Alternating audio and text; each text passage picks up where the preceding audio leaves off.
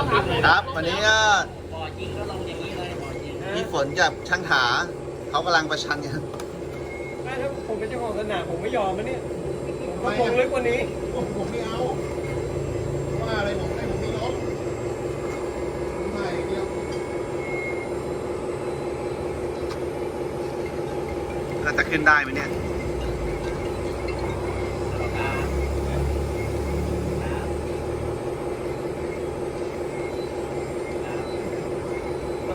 มันไม่ได้เหนียวธรรมดาเนี่ยไม่โคตรเหนียวเลยนะ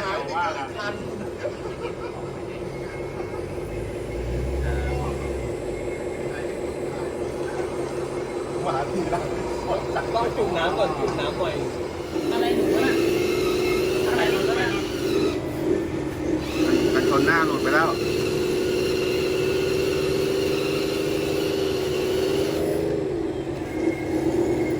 โอ้โห ได้แล้ว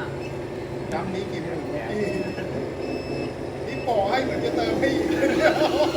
นี่อาร์ติโกเห็นนี่แบบว่าชื่นชมมากเลยเนี่ย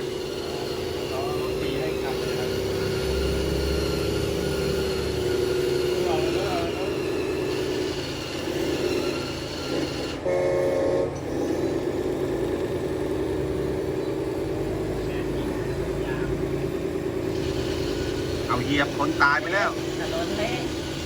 เอาเหยียบคนตายเหยียบคนตาย โอ้ยแต่ใจเราได้เว้ย แล้วล้อต้องไปยัดใส่ตะล้อแล้วท่านี้ไม่มีตะล้อแล้ว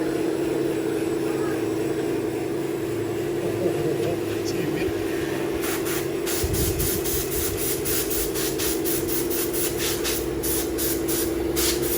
ครึ่งล้อดูให้ไหมใช่กันท่านี้เลย เห็นแล้วสงสารนะ ไม่ได้นะ ต้องจะเล่นสักขนาดนี้ใช่ไหม